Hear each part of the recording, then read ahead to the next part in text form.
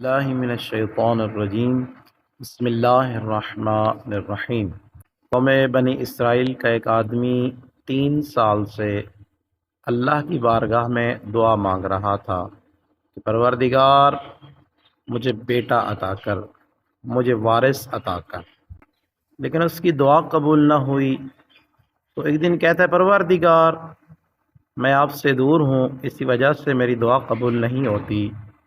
تو اگلی رات جب وہ سویا، بزرگ شخصیت اس کے خواب میں آئی اور کہنے لگی اے عبد خدا، تو دعا مانگ رہا ہے لیکن تیری دعا قبول نہیں ہو رہی، اس لیے کہ تو ایک بد زبان ہے، بد اخلاق ہے۔ اگر تو چاہتا ہے کہ تیری دعا اللہ قبول کرے تو پھر اپنی بد زبانی کرنا چھوڑ دے۔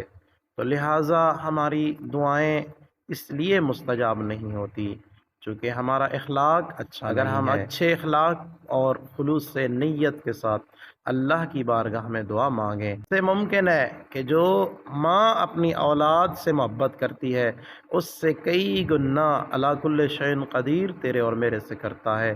لہذا تیری اور میری ذمہ داری ہے کہ خلوص سے نیت اور اخلاق کے ساتھ مانگنا چاہیے۔ السلام علیکم ورحمۃ اللہ۔